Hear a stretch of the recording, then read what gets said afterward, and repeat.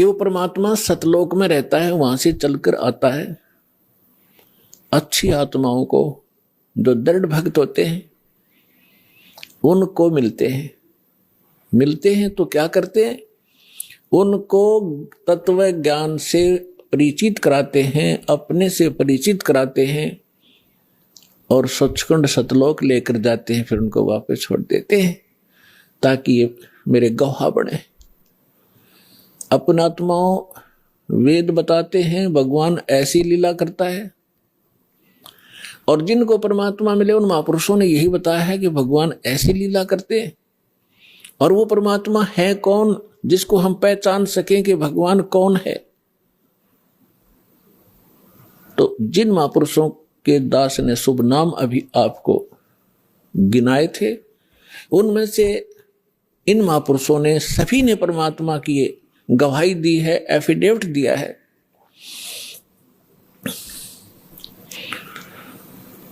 आदरणीय धर्मदास साहिब जी ने यही कहा है, और यही मलुकदास जी साहिब ने कहा है कि सतलोक से चलकर आए, अमर लोक से चलकर आए, गति करके आते हैं परमात्मा। काटन काल की जंजीर, काल ने हमारे को क्रम बंधनों से बांध रखा है, और क्रम के बंधन को समर्थ परमात्मा सत्य पुरुष ही काट सकता है, परम अक्षर ब्रह्म ही काट सकता है।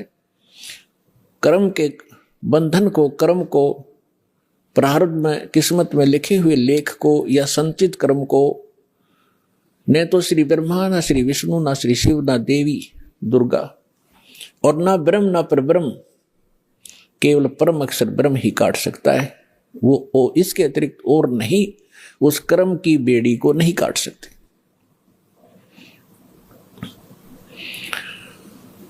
तो सभी महापुरुषों ने बताया है। अजब नगर में ले गए, गरीबदास जी कहते हैं अजब नगर में ले गए। नगर, नगर का अर्थ क्या है? क्या प्रकाश प्रकाश होता है? सब जानते हैं नगर में क्या होता है। वहां सारे महल होते हैं, मनुष्य होते हैं, बाजार होते हैं, सब कुछ होता है। अजब नगर में ले गए हमको सतगुरु आने। सतगुरु, गरीबदास जी सतगुरु कह रहे हैं, वो परमेश्वर थे। जल के बिंब अगाध गति हम सूते चादर ताने। हमको परमात्मा आकर लेकर गए अजब नगर में, बहुत ही अनोखे शहर में ले गए, सतलोक में। और वहां जाने के बाद हमें पता चला सारी कहानी का, हम कौन हैं, कहां फंसे हैं, और यहां वापस कैसे आ सकते हैं अपने लोक को। अब उस ज्ञान से परिचित होकर के गरीबदास जी कहते हैं हम तो अब निश्चिंत हो गए, हमें सतगुरु मिल गए। सतगुरु मिल गए तो सत्संग भी मिलेगा, सत्संग के साथ साथ फिर सच्चा भक्ति विधि मिलेगी जिससे हम वहां जा सकते। तो गरीबदास जी कहते हैं हम तो भी चादर तान के सोगे, कति बेफिक्र होगे, हमारा मोक्ष निश्चित है। तो पुण्यात्माओं, आज जो सतलोक आश्रम बरवाला माँ के इस दास से जो दीक्षित होते जा रहे हैं, वो चादर तान के सो जाना, आपका मोक्ष निश्चित है।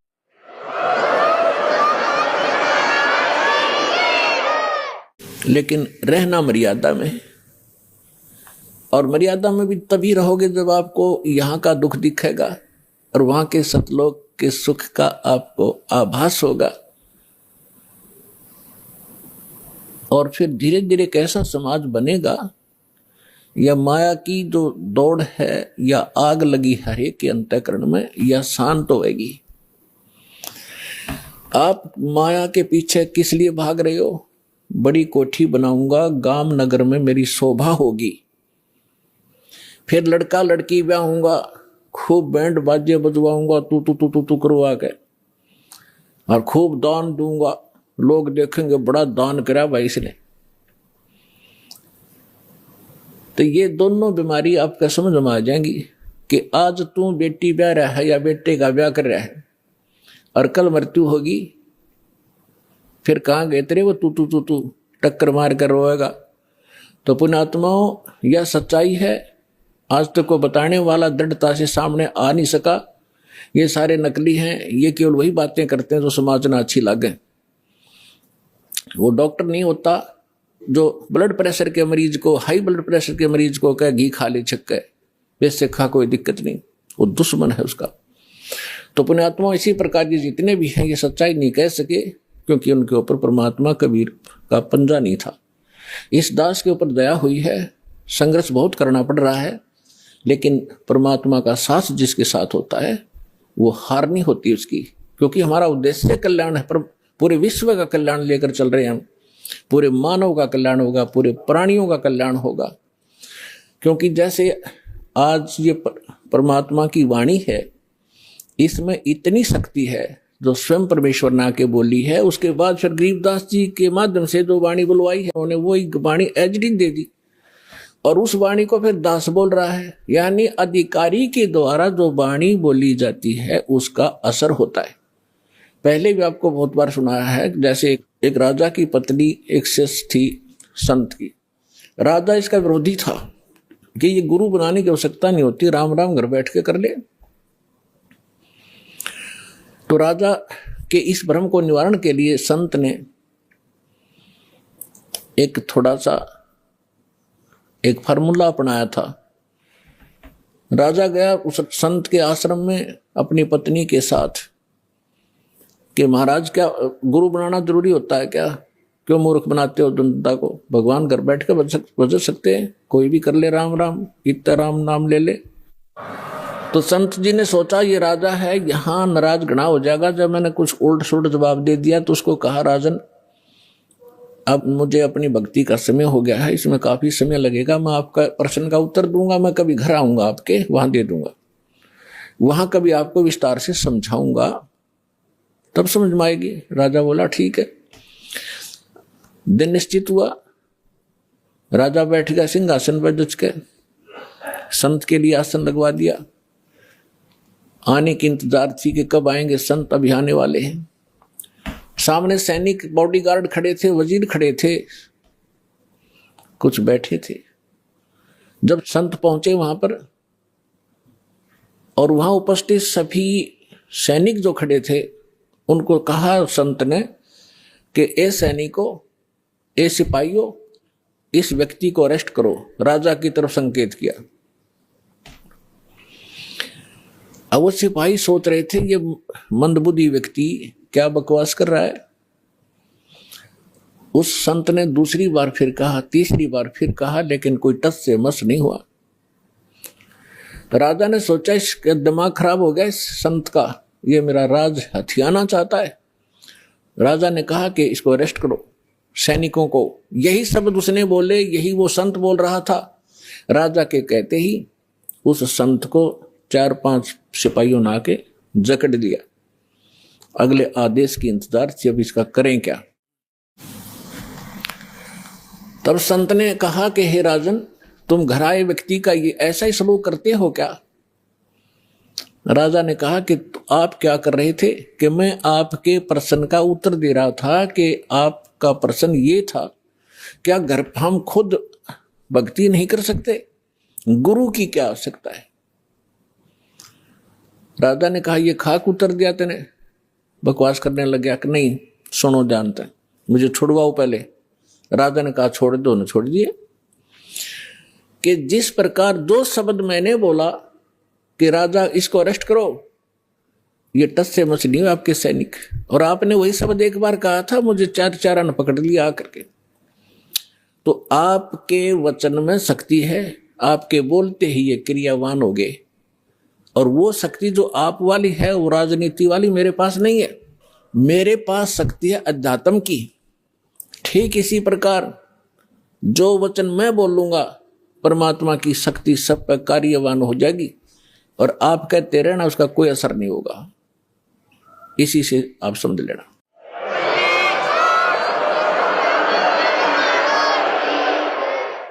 तो इसी प्रकार ये दास उस परमात्मा का कृपा पात्र है, उसी की कृपा से ये सच्चा ज्ञान आप तक पहुंच पा रहा है। तो उस परमात्मा का आदेश और फिर इस दास के मुख से आगे चलेगा, ये सर्व प्राणियों का कल्याण करेगा। इसका तरीका देखो, परमात्मा ने कैसा एक अनोखा तरीका अपनाया है। कैसे चिप बनवा दी, मेमोरी कार्ड जिसको कहते हो, टेलीविजन प्रोजेक्टर बनवाए, इंटरनेट, वेबसाइट, यूट्यूब बनवा दी। अब जो घनी अच्छी आत्माएं होती हैं पूर्व जन्म से, तो घनी अच्छी आत्मा है वही तो मनुष्य जीवन प्राप्त कर रही है। उनसे भी अच्छी आत्माएं वो भगवान के लिए भटक रही है, और उनसे भी वो अच्छी आत्मा है जो सतगुरु और सत्संग और सतनाम प्राप्त कर रही है। तो आप जो सतलोक आश्रम बरवाला जिला हिसार हरियाणा में आ रहे हो, ये तीसरे नंबर की सर्वश्रेष्ठ आत्माएं हो जो आपको शीघ्र से परमात्मा का ये मार्ग ठीक मिल गया। तो जो अन्य भी हैं उनके लिए परमात्मा ने ये तरीका अपनाया है सर्व प्राणियों के कल्याणार्थ। ये वाणी जो दास बोल रहा है रिकॉर्ड हो रही है, मेमोरी कार्ड बन रहे हैं, टीवी पर चल रहे हैं, आप घर पर चलाते हो, पशु पक्षी भी होते हैं, चींटियां भी होती हैं, मच्छर माखी भी होती है, उन सब के ऊपर ये वाणी अपना प्रभाव करेगी। काल ने जैसा जुल्म किया था उतना ही उससे भी अधिक रहम अब परमात्मा ने अपनी आत्माओं पर किया है। चींटी से लेकर हाथी तक, रंग से लेकर राजा तक, ये सारे कबीर परमात्मा की बच्चे आत्माएं हैं। इस काल ने हमारा हुलिया बिगाड़ दिया, हमारी दुर्गति कर दी, कुत्ते गधे सूर बनाकर हमें क्या डंगा खिला रहा है, और हम क्या खाते थे सतलोक में, कैसे रहते थे, कैसा सुख था वहां पर। अब आप तो भूल भाल गए, हम सब भूल भाल गए। भगवान ना के फिर जगाए, यथार्थ ज्ञान को बताया। उससे पहले काल ने परमात्मा और सतलोक का नाम लेकर, कबीर जी का नाम लेकर के, और फिर और दूना ज्ञान फैलवा दिया। तो ये सभी उस परमेश्वर की आत्माएं हैं, उनके लिए परमात्मा ने ये समय फिक्स कर दिया था कि चौथा युग जब कलयुग आई तब हम अपना अंश पठाई। काल फंद छूटे नरलोई, सकल सृष्टि परवानी खोई। घर घर देखो बोध विचारा, सत नाम सब ठोर उचारा। कलयुग बीते 5500 पाचा, जब ये वचन मेरा होगा साचा। कलयुग बीत जावे जब एता। परमात्मा ने कहा है कि सर्व प्राणी, सकल सभी प्राणी परम पुरुष पद चेता।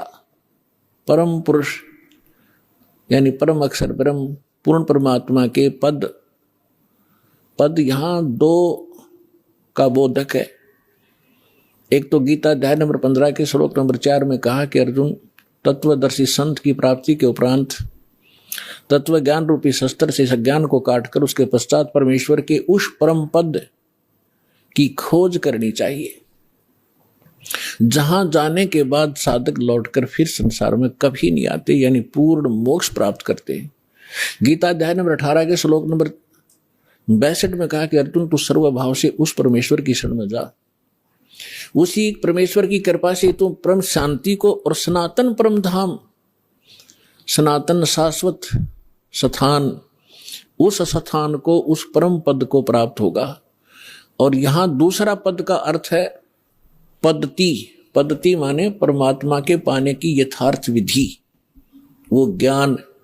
तो परमात्मा कहते हैं कि कलयुग बीत जावे जब एता, 5505 कलयुग जब बीत लेगा, उसके पश्चात पूरे सभी सकल सृष्टि, सारे प्राणी परमेश्वर के उस परम पद के चेता होंगे। चेता माने जानकार, ज्ञाता।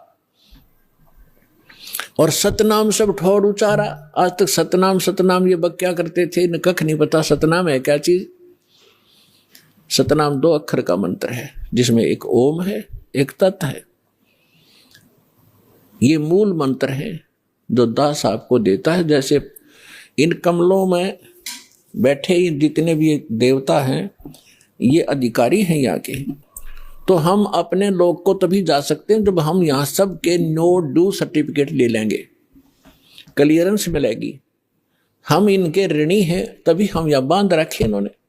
तो प्रथम जो मंत्र आपको दिया जाता है 7 नाम का है। ये पहले 5 नाम का शुरू किया था परमेश्वर ने, धीरे धीरे आने वालों ने वो खत्म कर दिए, वो वैसे और नाम सेलेक्ट कर लिए। तो ये मूल मंत्र है। ये प्रथम मंत्र भी मूल मंत्र है, और सतनाम भी मूल मंत्र है और सार नाम ये मूल मंत्र है।